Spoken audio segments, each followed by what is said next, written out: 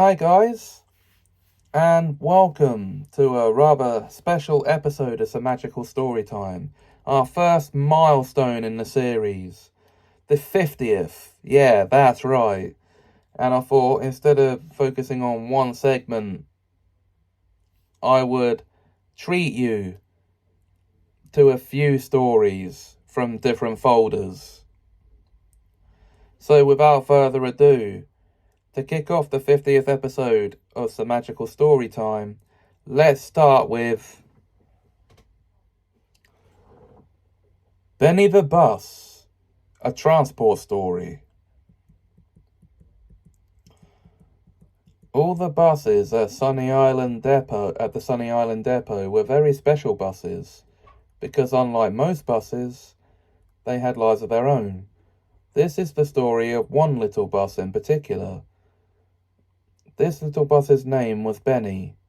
He was a small, blue, single-decker with a green stripe on either side.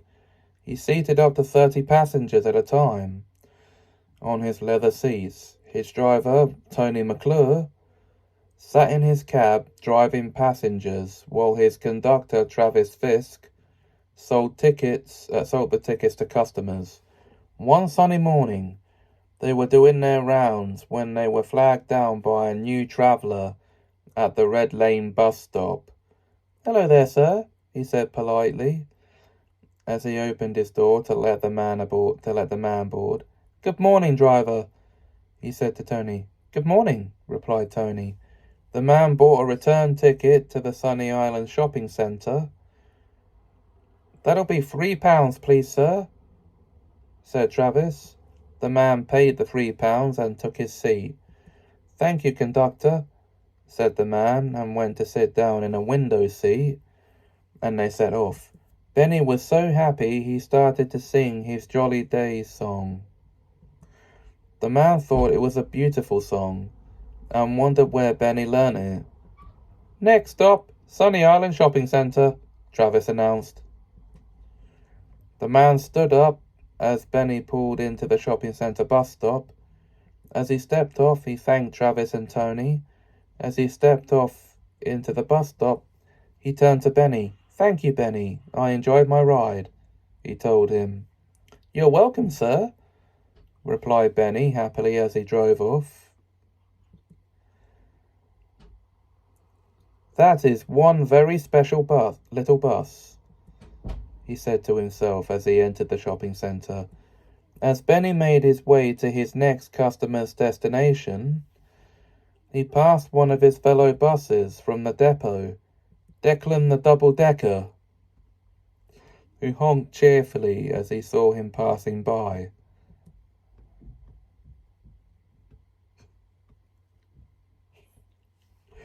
Then he tooted back.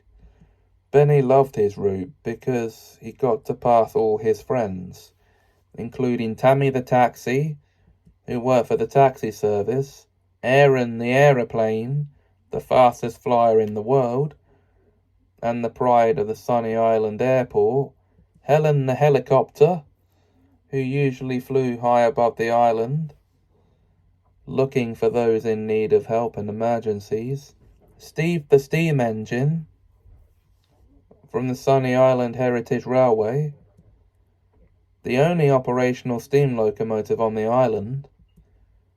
The only stops not on his route were Sunny Island Railway and Sunny Island Port, so he never passed his modern railway or seaworthy friends.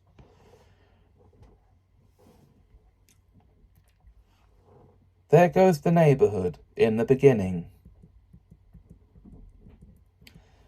The dawn of a new world, 0 PE.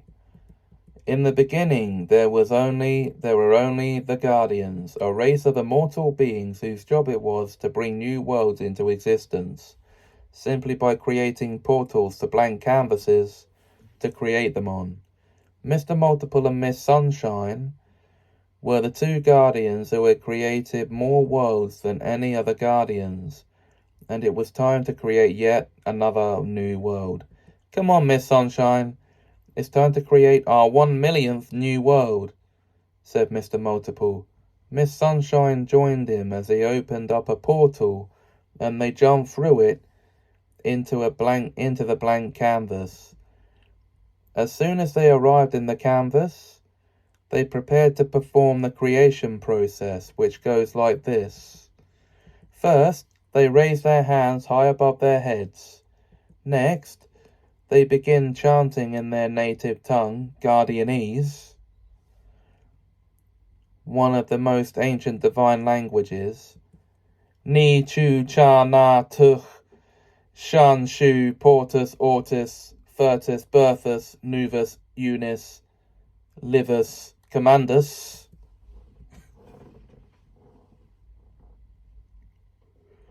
And then finally they throw their arms out in front of them and close their eyes and mutter their chant again in modern day English or whatever, and bump each other 3 times, and when they part, their new world will be born. They followed all 3 steps in the proper sequence, and when they'd finished, they found themselves standing in a lush green field at the entrance to their portal.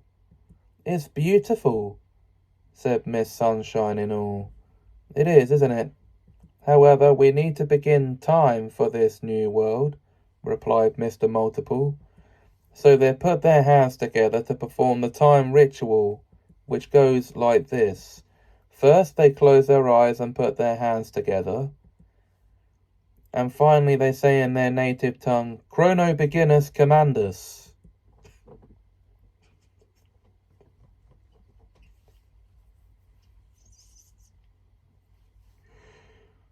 This they did, and when they were done, time had begun for their new world.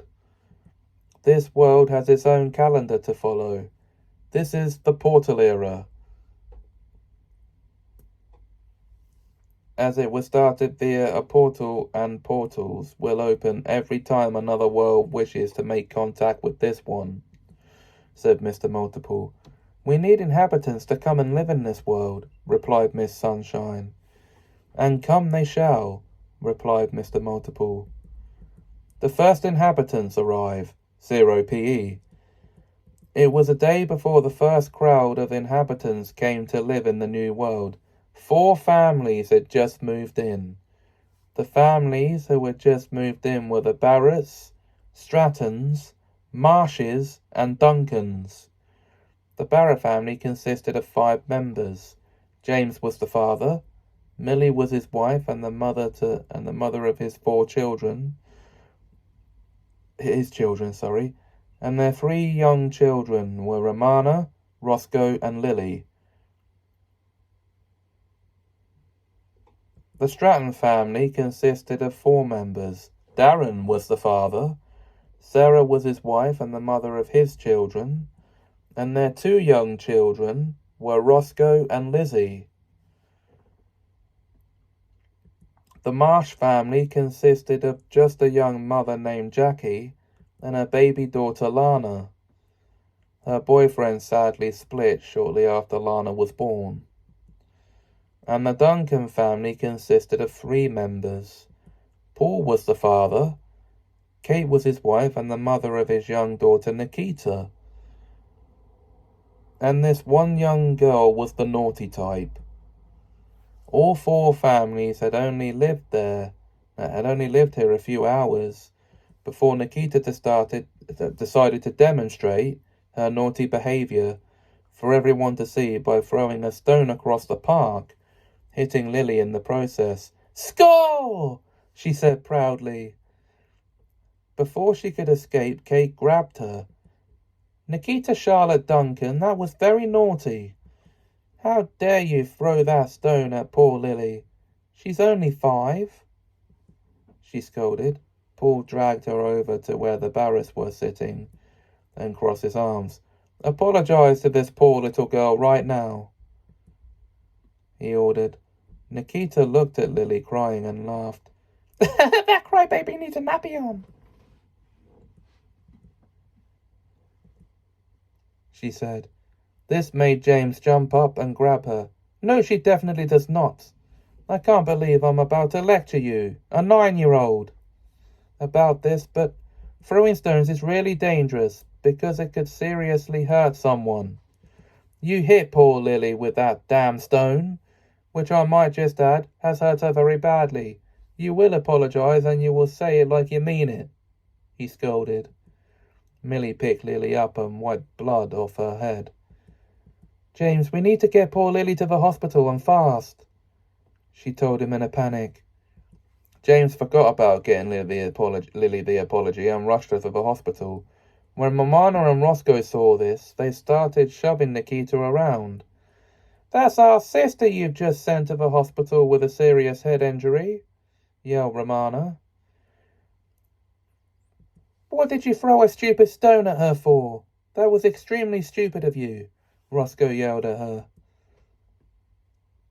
It was then that Darren stepped in and took them out of the situation before it got out of hand. Kate and Paul angrily dragged Nikita home and put her to bed, on top of grounding her for 5 weeks. All this madness happening within the first year of the universe's timeline. Well, I never. Lily and the Portal, 0 PE. It was 4:15 on a Friday afternoon, and Miss Sunshine was babysitting Lily while James and Millie were at Romana and Roscoe's school play. She decided Lily needed some fresh air and taken her to the park. Can you tell me about the portal, please, Miss Sunshine? Asked Lily. Well, sweetie, the first thing you have to know about the portal is that travelling through it alone at your age is forbidden by portal law, as it's very dangerous and you don't know where you could end up. Miss Sunshine warned her kindly. What age by portal law is the legal age for solo travel? Portal travel, asked Lily. The legal age for travelling through the portal unaccompanied is 18 years and over. While under that age, you must be accompanied by a responsible adult, replied Miss Sunshine. I'm with you, Miss Sunshine. You're a responsible adult, aren't you? Said Lily. Well, yes, I am, but as one of the guardians of this universe, I don't think it's wise for me to accompany you through the portal without consent from your parents, said Miss Sunshine kindly. Fair enough, replied Lily. Nikita came by at that moment and picked Lily up. What a load of old rubbish! If Lily wants to go on an adventure, I'll help her, she said in her naughty tone. She carried Lily to the nearest portal entrance. Put the poor girl down at once, you naughty little girl, Miss Sunshine ordered. Of course, replied Nikita, and activated a portal and put Lily through it.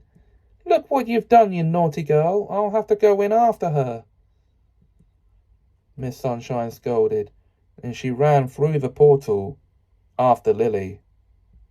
Wonderland. Lily was soon ejected from the portal into Wonderland, where Alice, a kind 7-year-old girl, found her and looked after her until help came. At that moment, another portal opened and Miss Sunshine stepped out. Lily, thank goodness you're all right. I was so worried, she said, relieved that Lily was safe. Miss Sunshine, what's going on? Asked Alice. Well, Alice, Lily ended up here because a very naughty little girl named Nikita back in our universe thought it was a great idea to throw her through a portal, explained Miss Sunshine. Alice was not impressed by what she'd just heard. She handed Lily over to Miss Sunshine. Take her, she belongs in your universe, she said, giving Lily a hug goodbye. Thanks for looking after me, Alice, said Lily. Miss Sunshine took her by the hand. Okay, sweetie, are you ready to go home? She asked. Yes, Miss Sunshine, replied Lily. And they stepped through another portal. The Neighbourhood, 0 PE.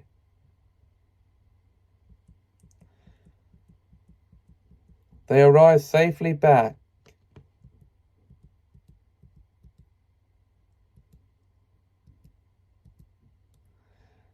in the neighbourhood where Millie was waiting to pick Lily up. She was with Paul and Kate, who had Nikita on restraints like a toddler. Millie beckoned Lily to her, and Lily came into her arms. "Mummy's precious little girl," she said lovingly. Miss Sunshine stepped in. "I'm so sorry, Millie," she began, but Millie cut in. "I'm sorry to interrupt, Miss Sunshine, but you're not at fault. You were very responsible and went in after Lily when this naughty little girl here," she said, indicating Nikita, "threw her through that portal. You did a great job taking care of her, and I thank you for it," she said. "You're welcome, Millie. Lily is such a cute and well-behaved girl. It was such a pleasure to look after her." Miss Sunshine assured her. "Where did she end up, anyway?" asked Millie. "Wonderland," came Lily's reply. "See, she ended up in Wonderland. She was safe," interrupted Nikita. "Yeah, no thanks to you," said Lily. "But you were safe," said Nikita. Kate smacked her. "Safe or not, you were very naughty to throw her through that portal in the first place. Apologize to her at once," she scolded. "No way," said Nikita rudely. Millie stepped in. "Excuse me, young lady, but I'm not leaving until my daughter gets her well-deserved apology. You put her in mortal danger by throwing her into the portal like that. She could have ended up anywhere, and you're very lucky she was safe and Miss Sunshine was able to locate and rescue her. You will apologize to her, and you are going to be sincere about it," she scolded. Nikita just stood there. Miss Sunshine stepped in. "Nikita Duncan, if you don't apologize to Lily this minute, I will be forced to charge you with 1 count of breaching an important law and 1 count of negligent behavior towards another child, and put you in the juvenile wing of a detention dimension to await trial for your crimes," she scolded. "I'm not saying anything," said Nikita. Miss Sunshine arrested Nikita for 1 count of breaking the portal law against unaccompanied portal travel and 1 count of negligence towards another child younger than her. She used her divine powers to change Nikita into a prison jumpsuit and escorted her through the prison portal. Juvenile wing detention dimension. "This is where you deserve to be, young lady. You will be held here until we can set up your trial date, which could take about a year to fix. You have the right to an attorney. If you do not have one, the court will appoint one for you. Needless to say, you will be looking at another 14 years in this dimension if the jury finds you guilty."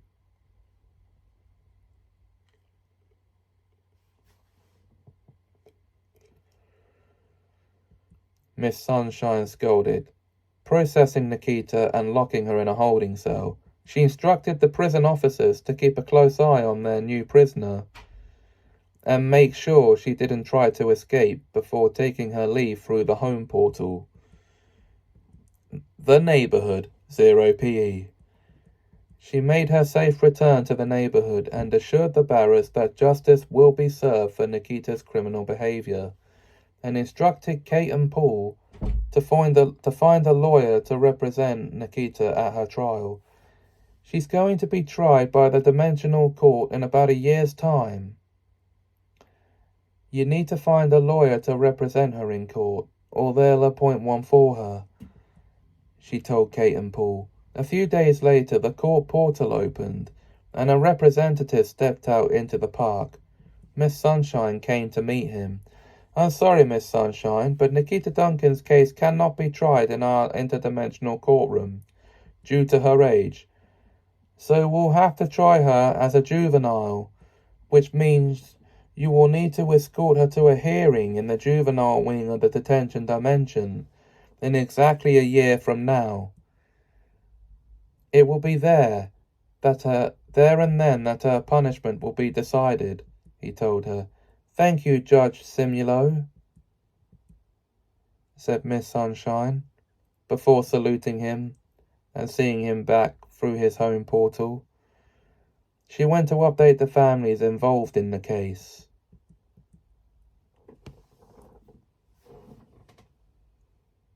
Gordon on Strike, A Tale from the Tracks. Obviously, written by me. Early one morning at Tidmouth Sheds, the engines were awaiting their day's jobs when suddenly Thomas spoke. It is a lovely morning, isn't it? He said. It certainly is, Thomas. It certainly is, Thomas, said a deep booming voice. Glad you agree, Gordon, said Thomas. I didn't say anything, little Thomas, said Gordon. Oh, then who did? Asked Thomas. Thomas, the tank engine? I would have thought you would know your controller's voice when you hear it, boomed the voice. Thomas looked down in front of him, and to his surprise, there stood the fat controller. Cinders and ashes, he exclaimed. Never mind, Thomas. We all make mistakes from time to time, replied the fat controller kindly. Me? Make mistakes? Oh, the indignity, said Gordon. Yes, Gordon, even you make mistakes sometimes, replied the fat controller. Oh, the indignity, repeated Gordon. For goodness sake, Gordon, will you stop whining? Said James angrily. Me? Stop whining? Oh, the indignity, said Gordon stroppily. Silence, snapped the fat controller.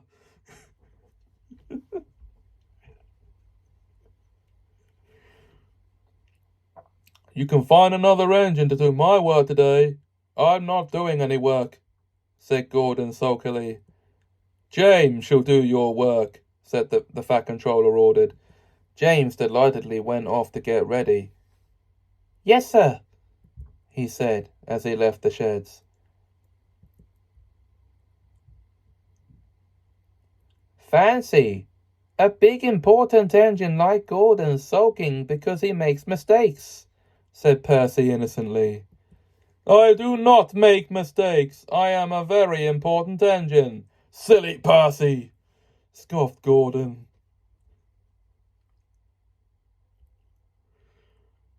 That's quite enough of that, snapped the fat controller. But sir, started Gordon again, but the fat controller cut across him. For goodness sake, Gordon, will you stop this ridiculous brag about not making mistakes? You are making a massive mistake right now, showing how selfish and childish you can be. You can stay in your shed until I can trust you again. He scolded. Yes, sir, replied Gordon, now feeling ashamed of himself for his outburst. Will Gordon redeem himself? When will the fat controller be able to trust him again? You'll have to wait until next time to find out. And you really will. Only that won't be for a while yet. Because that's it for this 50th episode, guys. I hope you enjoyed it. Next time we return to solo stories from different categories. I just thought I should do something special for this episode. So, if you enjoyed, please like, comment, share and subscribe. Thanks for watching.